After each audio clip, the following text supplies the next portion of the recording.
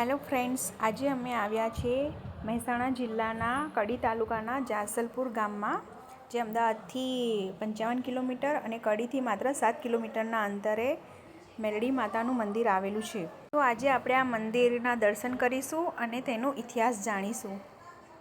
આ મંદિરનો main gate છે, આપણે અહીંયાથી અંદર જઈશું. આ મંદિર 1000 વર્ષ જૂનું છે. તમે જે વાવ જોઈ રહ્યા છો એ વાવમાં મેલડી માતા પ્રગટ થયા હતા. મેલડી માતા દિવસ ઉગતાની સાથે પ્રગટ થયા હોવાથી આ મંદિરને ઉગતાઈ માતાનું મંદિર પણ કહેવામાં આવે છે. વાત એવી છે કે રાજા મલ્લવરાવ જ્યારે શિકાર કરવા નીકળ્યા હતા ત્યારે તેમને શિકાર કરતા તરસ લાગી ગઈ હતી. જ્યારે તેમને તરસ લાગી તો રાજા આ વાવ તરફ પાણી પીવા માટે આવ્યા. આ વાવમાં ચમત્કારિક કલાકૃતિઓવાળા પથ્થર જોઈને એ રાજાના મનમાં લાલચ જાગી. આ પથ્થરોનું શું કામ હું મહેલ ના બનાવું? એના બીજા દિવસે જ રાજા મલ્લવરાવે સિપાહીઓને હાથીઓ દ્વારા પથ્થર મંગાવવાનું નક્કી કર્યું.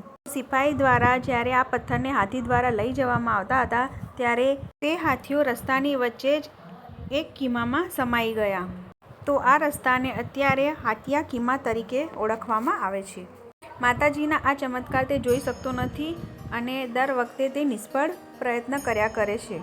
ઘણા પ્રયાસો પછી પણ તે રાજા આ પથ્થરને તેના મહેલ પાસે તો લઈ જાય છે. જ્યારે તે દિવસે મહેલ બનાવે છે તો રાતે આપોઆપ તૂટી જાય છે. છેલ્લે કંટાળીને તે મેલડી માતાની પૂજા કરે છે. મેલડી માતા છેલ્લે શરત મૂકે છે, મારી મૂર્તિની 7મા માળે પ્રતિષ્ઠા કરશે તો જ હું આ મહેલ બનાવવા દઈશ. પછી એ રાજા 7મા માળે મેલડીની પ્રતિષ્ઠા કરાવે છે. ત્યાર પછી એ મહેલ પડતો નથી. તો એ મંદિરને 7 માળની મેલડી મા તરીકે ઓળખવામાં આવે છે, જે અહીંયાથી લગભગ 7 કિલોમીટરના અંતરે આવેલું છે. મંદિર પર પણ મેં વિડીયો બનાવેલો છે, તો તમે એકવાર જરૂર જોઈ લેજો. મંદિરના ઇતિહાસ વિશે જાણ્યું. હવે મંદિર અંદર પણ ઘણું સરસ છે અને ઘણું મોટું મંદિર છે.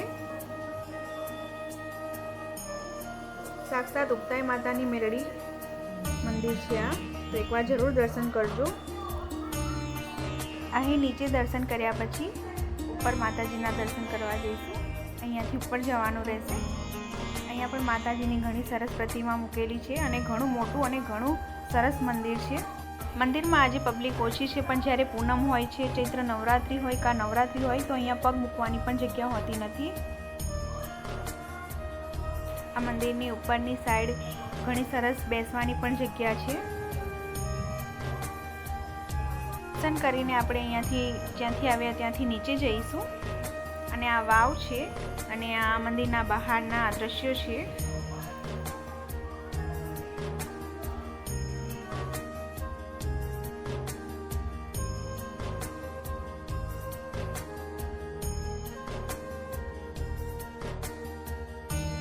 બહારના દ્રશ્યો છે. એની સામે જ આગળ જઈને મહાદેવનું મંદિર આવેલું છે, ત્યાં પણ આપણે દર્શન કરીશું, જેને ઉગ્રેશ્વર મહાદેવ કહેવામાં આવે છે.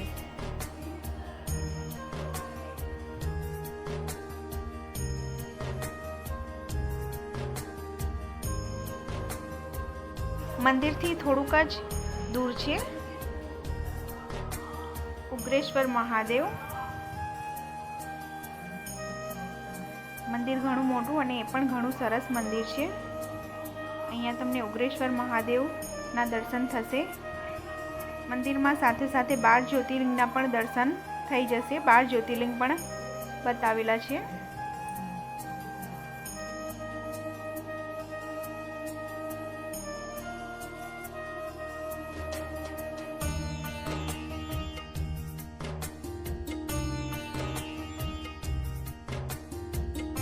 જાસલપુરની ઉગતાઈ માતાની મેલડી અને ઉગ્રેશ્વર મહાદેવના દર્શન કર્યા આ વિડીયોમાં આટલું જ. જો વિડીયો ગમ્યો હોય તો લાઈક કરજો અને કોમેન્ટમાં જય માં મેલડી, હર હર મહાદેવ જરૂર લખજો.